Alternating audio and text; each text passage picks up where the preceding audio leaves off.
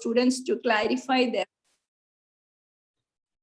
their goals, and also help the students to determine the strength and weakness of each students. So which are the areas they can excel? So what are their strengths? So it also helps the students to broaden their perspectives.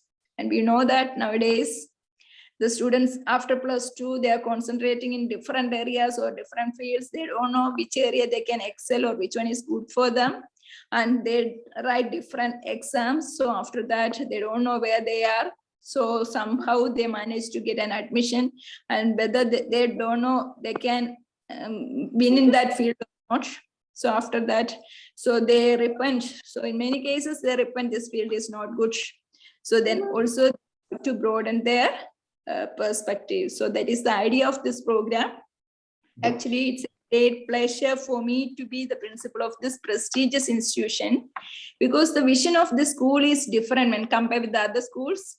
Actually, along with the academic orientations or academic development of the students, the school give more importance for this management, give more importance for the development of students as a human values, development of human values in the students. And also the school concentrate on the professional development of the students. And this program today, we all are here in this platform for the first step. We already started, me and our vice principal. So we are interviewing, we started the interview from class 12, then that class 11 also over. And this Saturday we fixed for the interview of the students with class 10. So with the interaction with the students, we understood. So the aim of the student is, many students aim in different fields where they can excel, so they can find the best field, which field they can excel. So let's today join for this program. And so I think this is a great help for the students. And today is our guest speaker, Dr. Vinoj Abraham. So he's an eminent personality. So our vice principal introduced himself. So thank you for joining for this program. So I welcome Vinimis for the introduction. Okay, thank you so much. Thank you, Animus. May God bless you, respected managers, sir, Salimis, Animus, Geetamis, parents, and my dear students. Let me introduce the resource person for the day. Dr. Vinoj Abraham is an alumnus of our school of batch 1990. He studied here from kindergarten to standard 12. He was awarded Doctorate of Philosophy from Jawaharlal Nehru University, Delhi. Presently, he is a professor at Center for Development Studies, Trivandrum. He is a recipient of many awards and member of many renowned decision-making committees. To mention a few, he was a senior consultant to the World Bank, consultant to International Labour Organization. He is a member of the interview panel for the sub-collector, Kerala Public Service Commission 2021. He is in the Technical Advisory Committee regarding post-COVID employment situation in Kerala, resource person of online lecture series of UNICEF. He has published many books, conducted workshops at different places within India and outside India. He was a panel member for debates and discussions conducted on NDTV, Asianet, Kairali TV, etc. As for his hobbies, may I mention a few. He's a singer. And while he was at school here, he participated in the arts and literary competitions and won two. Most importantly, I must mention that he's a younger son of our manager, Sir in Salimis. So today we give a hearty welcome to Dr. Vinoj Abraham for this session. I hand over to Dr. Vinoj Abraham. Please, sir. Thank you. Thank you, my sister, Vinichechi. Thank you, Animus, for giving me this opportunity as principal to speak over here. And of course, my parents are there. I can watch them. I can see them watching me from top. I can see both my papa and mommy sitting over there. And it's certainly a great privilege and pleasure to be here with my alma mater, the schools in the St. Gregorious School, where I had spent the first 15 years of my memory, life with a memory. Why I say life with a memory is the first 5 years probably you don't have much of a memory, and later on in life. But what you remember is the first 15 years of your life that you had spent as a child and who had grown up from being a child to become an adult in some manner also. So what I'm going to do today is kind of spend some time describing about my life after the school. And when I take you through this, my life after the school, I'm going to speak about my friends also. Okay. So when I speak about me and my friends, you will also know what kind of career all of us ended up in, right? So that's also a way to introduce you to what are the career options that you can think about. Okay. And then I will also spend about towards the end, I will speak a little bit about what are the new options other than what my friends had chosen for. What are the new options that are there right now? Okay, so I think so in about 30 to 40 minutes, I should be able to speak of all these things, right? So as my sister had said, I am a professor at the Center for Development Studies, and the Center for Development Studies is basically focusing on economics. It is a study, it's a center for focusing on economics as the focus area, and most of the work that we do are related to economics or other social sciences, right? Now, I must say that my interest in social sciences, especially in economics, comes from the school where I had studied. It was not after the school that I had developed this. In fact, I had when I was a student in 10th standard in our school. After the 10th standard, there was subject to go for after 10th, and there was a set of students who had gone for sciences. A lot of students who had gone for sciences, and I was the only student who went for social science in my batch. In fact, that was the first batch for social science, economics, history, and political science in our school. I was the first batch, and I was the only student who had chosen to go for this particular branch, social sciences, focusing on economics, political science, and history as such, right? And so, as you can imagine, I was the single student, and I was a single student privileged to have a single teacher being taught through for 2 years in this particular in the school. So I had spent all my time. As you can see, it's very difficult to get one teacher for us for one student. So I had a good time in school. That's what I would say. I read a lot of stuff outside of what was happening in the classrooms. Very less, I mean, teaching time in terms of classroom teaching was much lesser than what we have now. More time was spent on reading stuff and other things. Now, my interest in the subject actually developed with my father himself, who used to visit classes when we were in 10th standard.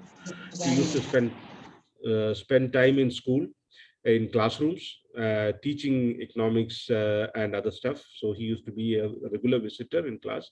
And my interest in economics came because of the way my teachers, including my father, had how they were explaining these subjects to me. And what attracted me to economics was the common sense and the real world day-to-day usefulness of that particular discipline. I mean, at that point, I did not see the use of many of the subjects that I was learning, including physics, chemistry, biology, and all, which were subjects that were very much interesting in a lab setting or in a theoretical setting. But on a day-to-day basis, I thought that it was not very useful, which I have changed my opinion completely after later in life. Okay, I have a very different opinion about other disciplines now, but at that point, I had this opinion that these were subjects that are not going to be of great use later in life. This will be like you will be learning a lot, but it may not be of much use. But right now, I don't have that opinion. I do think that these are very important subjects. These have their own advantages. So that's by way of introduction. So after 12th, what I did was I went for BA in economics. I went to, I did my 12th over there in the school. As I said, I was a single student, and there were no other friends in 12th that I could share my stuff with. So I went over there, and I passed with not very great marks, that I should say in advance. I was an average mark holder, not a great mark holder in the in the 12th standard. But to my support, I had a large number of certificates from the school. I had won a lot of extracurricular activities that by the time I was a winner in a lot of things, mimicry, mono act, dramas, what we call singing, then fancy dress, call what you, twisting, a lot of activities I was involved in by the time, and I had won a lot of prizes. And it was those prices plus the marks that I received in 12th that actually gave me an admission in Madras Muslim College, where I went for my BA in Madras Muslim College. So I went there. It's a very good place to go for those of you. So that's the first place I went to. For those who are interested after 12th, what to do, right? This is an area, this is a college that you can think about. Madras Muslim College is a very good college that you can go think about in terms of what to do after your 12th, right? Now, to give you a very brief idea about Madras Muslim College, it's a residential college which with a very cosmopolitan atmosphere. When I say cosmopolitan atmosphere, you would find students who are studying from very poor backgrounds to students who have been in the most elite schools in India. You would find students from Doon School studying there. At the same time, you would find students who have passed out from the government school nearby in Tamil Nadu also. So you have a mix of all kinds of students over there. And it's a place very rich in cultural activities, very strong in cultural activities, very rich in cultural activities, right? But if your intention is to study economics as a discipline and continue in academics as a discipline, then that's not the place to go. That I should also say this thing, right? You should be aiming at other places, which I will mention later on, right? When I'm talking about other options that you have right now, right? So, but this is the place I went to. I had a great time, great college to be in. And it's a great exposure to students like us who had gone to what we can call a school in a rural setting, right? We are going from a rural setting into a college in a very urban cosmopolitan setting. It's a good learning for all of us, and it's here that I actually went. I understood. I went into. I looked at and I saw a lot of opportunities that lie beyond what we can call the local that I had grown up with, right? So I did my BA over there, spent 3 years over there. I met a lot of friends, made a lot of friends, and I got into a lot of activities there also. I was part of the choir there. I was part of the dramatics activities over there. I was part of the cricket club over there. I was part of the what we call table tennis, badminton. Think about it, all kinds of music-related activities. A whole lot of activities around this thing. So why I'm stressing on this extracurricular activities, and this is very important. If you are thinking of getting ahead in career, please keep your eye open for extracurricular activities also. People right now, these days, they give a lot of focus on this thing. Get into all kinds of activities that you can get into. Get as many prizes, certificates as possible. That is a way in which people are screening now, because if you go to 12th and 12th standard, BA, MA, everyone is getting the same marks. How to differentiate? It is through this that people are, now this differentiation people are starting making through this thing. So that's the point that I was making. But in MA, what happened at the BA, at the end of the BA course, people went to different fields. So let me tell you what I went to and what my friends went into. I actually went, I was interested in civil services at that point. And I was also interested, as a second option, I had thought of academics. That was not my first option. My first option was civil services. But civil services, it was only towards the end of BA, I thought about, okay, maybe that's a good thing to do. In fact, if you ask me very clearly, if you ask me, did I have a career goal? No, I did not have a career goal at that point. But I did know that I wanted to study economics. I was very much interested in economics as a subject. I was passionate about that particular subject, but I was not a career person at that point. And I had this thing that I need to study something, that's all. But I need to study, but I was not very sure whether I should be going for a BA or a MA or something like that. And that was the case with most of my friends also at that point. But at the end of the BA course, there were 60 students. Many of them went into different things. Let me tell you what options they had at that point. And you can also think these are options that are very much there right now also. 3 of my friends went into National School of Drama.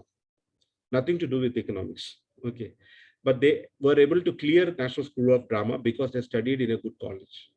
That's the thing I want to say. So they went into a good college. So when you are choosing a college after 12th, if you're not very sure, you're going into arts and science streams, you're going into arts and science streams, not very sure about your career, but at least ensure that you're going into a good college. Okay, you go into a good college, you will know a lot of options over there, and these options will be good for you. So get into a good college. How to know a good college? Go to the national NIRF, National Institutional Ranking Framework. Okay, it's available online. Just search for this thing, search for the first top 10 or top 20 colleges. You would find all the colleges that are doing well. Yeah? Generally doing well. You don't have to worry about whether that particular college is good for economics, right? Or whether that particular college is good for a particular subject. If a college is good for one subject, generally it is good for all the other subjects also, right? So it won't be like one particular subject it is good and the others it is bad. That's not the case. Generally it will be good. So find the best colleges that are available through this particular thing, National Institutional Ranking Framework, NIRF, and find the college rankings over there. Hit focus for the first top 10 or top 20 colleges. Getting into top 20 colleges for a BA is very difficult. Let me tell you first this thing. The cutoff marks for the top 20 colleges currently is higher than 95%, 95% in CBSE. And if you are an art student, having done 12th in arts, and you are going into economics or some other social science stream, then you have to get about 95%.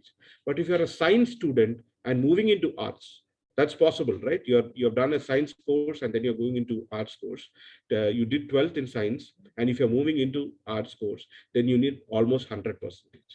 You need a higher cutoff for science students to get into arts, but a lower cutoff for art students to getting into arts. But whatever you say, if you want to get into the best colleges, you have to get 95% or above.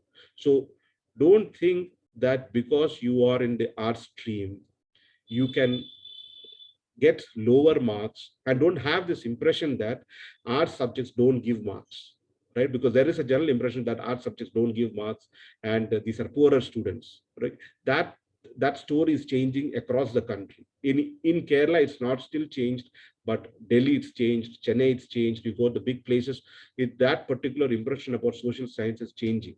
And so a lot of people who earlier had thought that would get into social sciences because of poor marks, that option may not be opening up later on. If you do poorly, you will not get anywhere, right? And in social science, especially economics, is becoming a very sought after subject, much more than other disciplines now. I'll tell you why it is so also. I'll speak about that also, why it is so.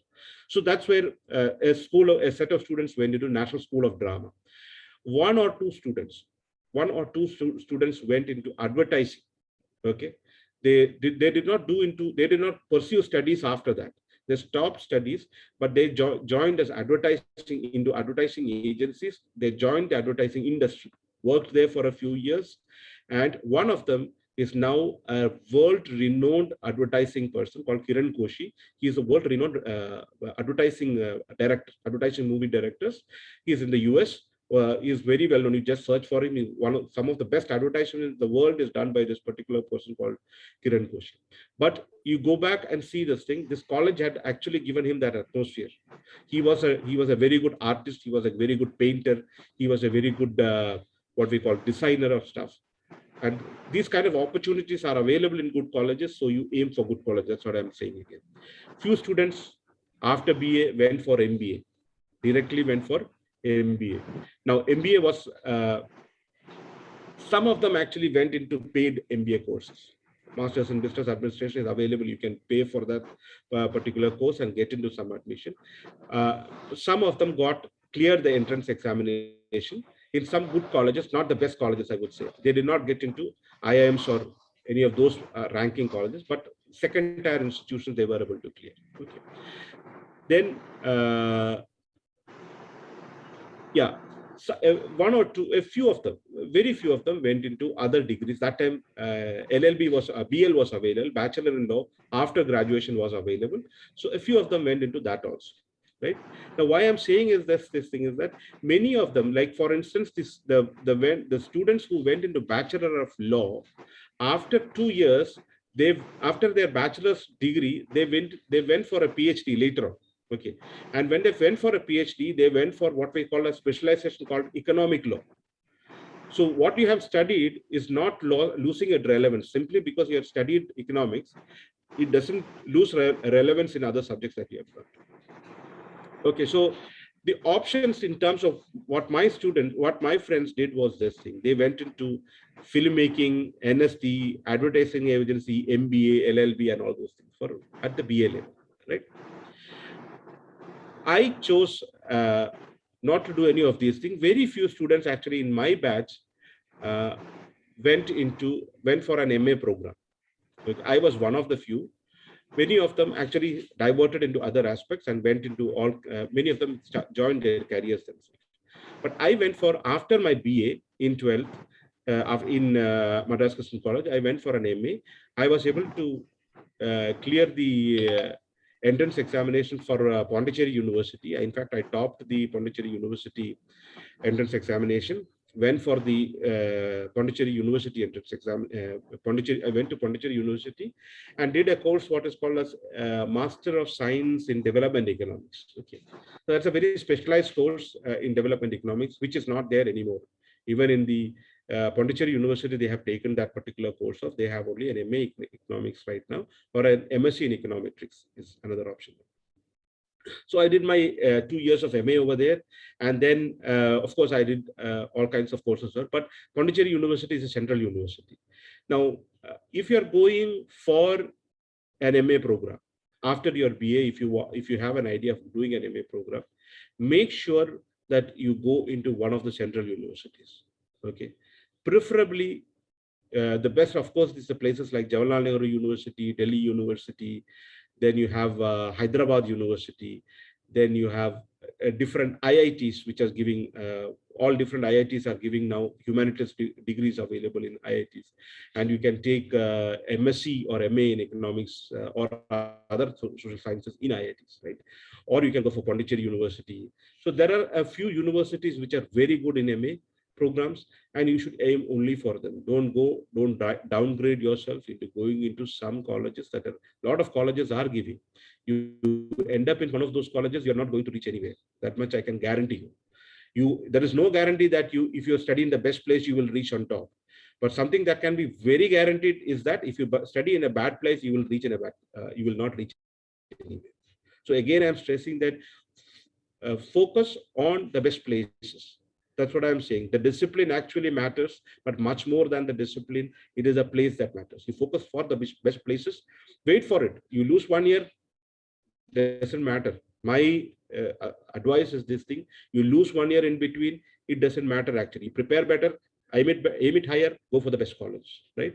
Try to get to the best place. If you get to the best place, you have a career. If you don't get to the best place, then you have a job. I don't know whether you know the difference between career and job. Career is something that you keep on moving. You move from one level to another level. You keep moving higher and higher. Job is something you are stuck in one particular position. You are not moving anywhere, right? You're stuck in that particular position. So you can do an MA also. After that, what my friends did at that point, many of them wrote UGC, and so from MA onwards is actually more of an academic career. The options that you had at BA, you don't have when you are moving into MA. Those who wanted to take a deviation, many of them take the deviation at the point of BA itself. They will go into all kinds of other options. After MA, when you get into post-graduation, you are actually focusing at very few things, right? So the career goals that you have after an MA is either you go into civil services, which I was still pursuing at that point. Civil service is one option, or the most important option after that is, at that point when I was studying, was academic options. Now, a third career options that are arising, that was there and which has become much more important, is the private sector. I'll discuss about the private sector a little more in detail after a moment.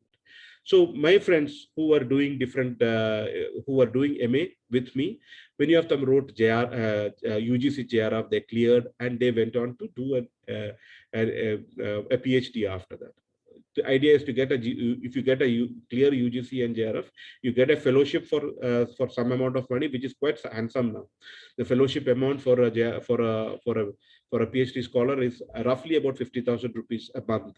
So it is good enough for you to spend the next 5 years. That will be available as fellowship, which means that you can do your PhD with some amount of money given by the government, and then you finish your PhD, and then you go join the academic services, right?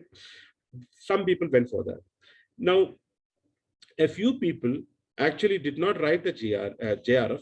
Instead of writing JRF, after the first year of MA, they wrote what we call as the GRE, okay, graduate records examination, and that is the route for you to go abroad. Okay, I'm sure many of you are looking to go abroad, right? What to do with an economics degree? Will you be able to go abroad? So, one second. I'm sure many of you are looking to go abroad. How to go abroad with an economics degree? Can you go abroad with an economics degree? Yes, of course. In fact, economics gives you one of the most sought after chances to go abroad in social sciences. And I'll tell you, it is the chances that are available are also of very good opportunities. Now, what are the opportunities?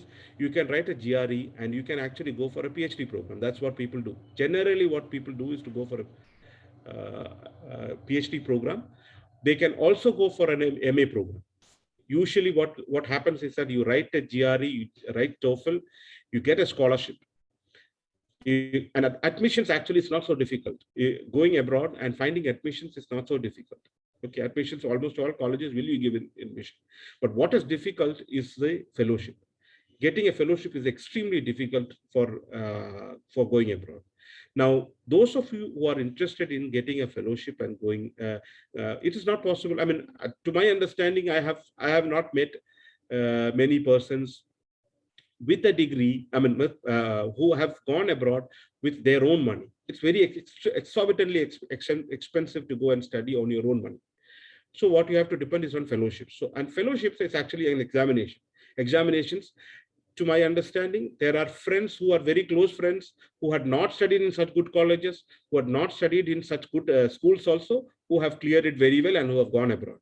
So I'm saying that why I'm saying is this, that it's very much possible by you people also to write this examination, both the JRF examination for PhD inside the country and GRE examination for PhD abroad the country, outside the country. That's also possible.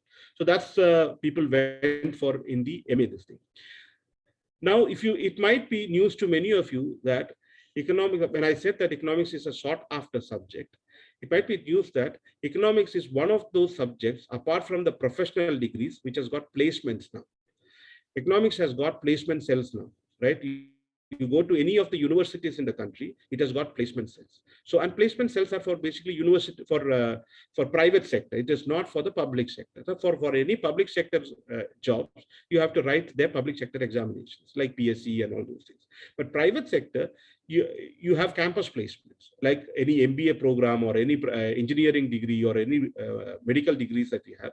Campus placements are there very much in the economics stream. It's not only for economics, it's there for commerce degrees also, right?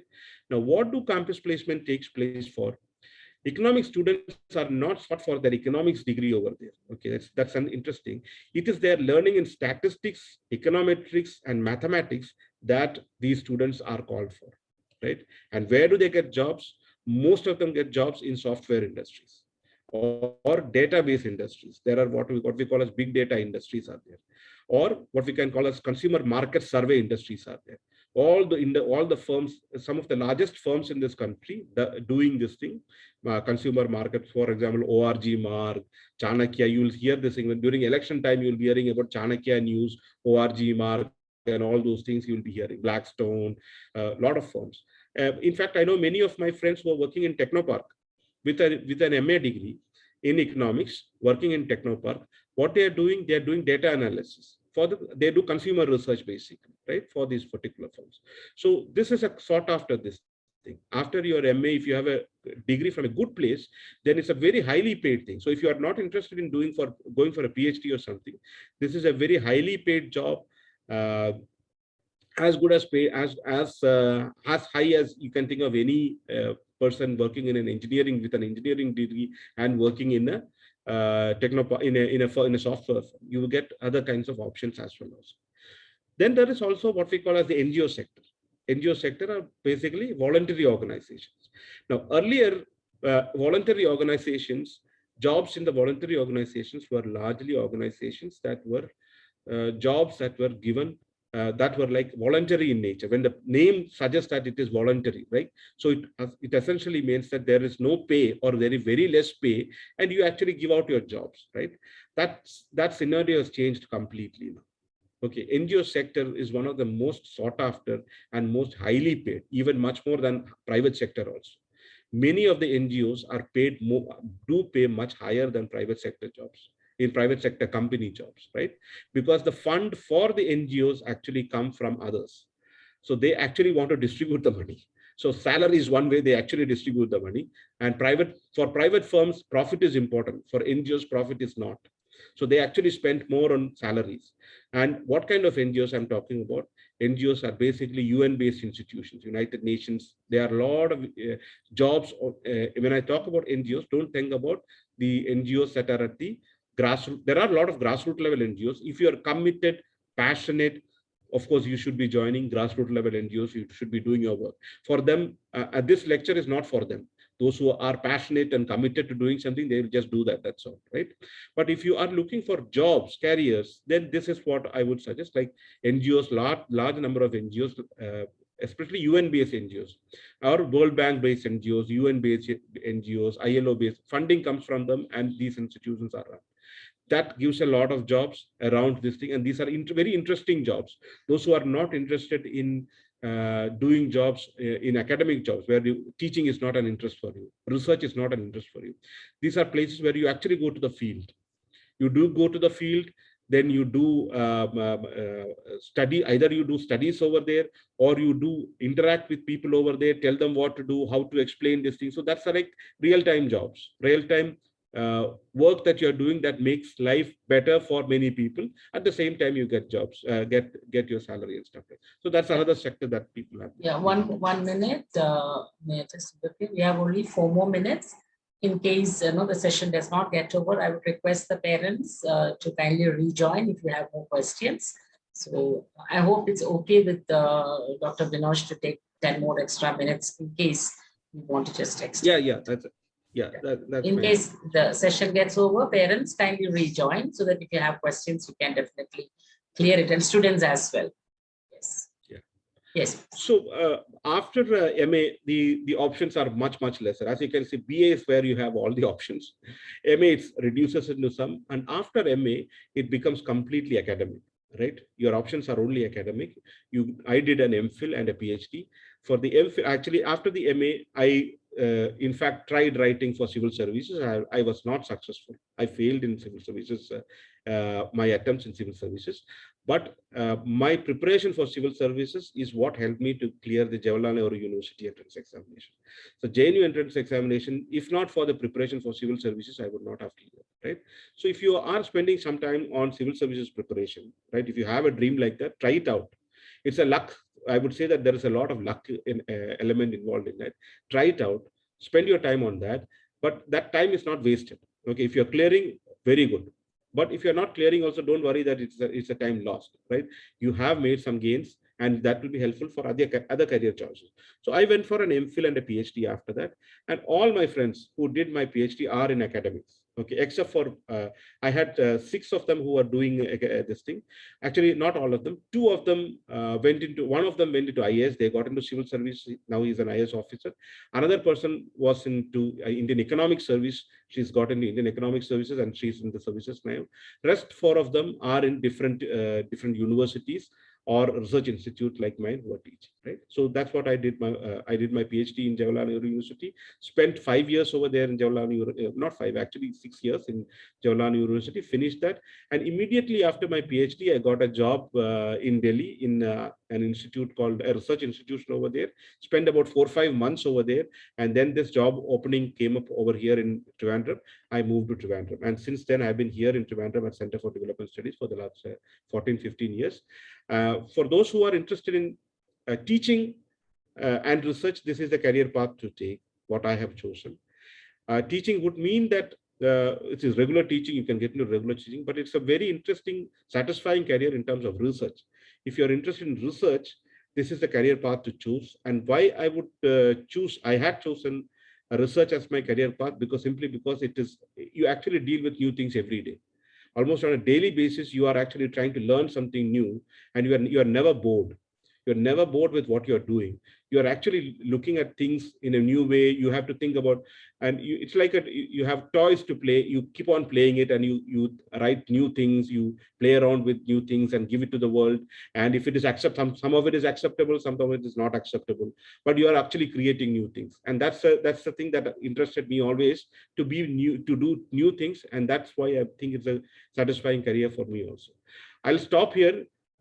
Maybe you can join back for a 10-minute session if you are interested. Yes, and we can yes. We'll just rejoin because it's almost time, and the question Q&A session, we'll have it there.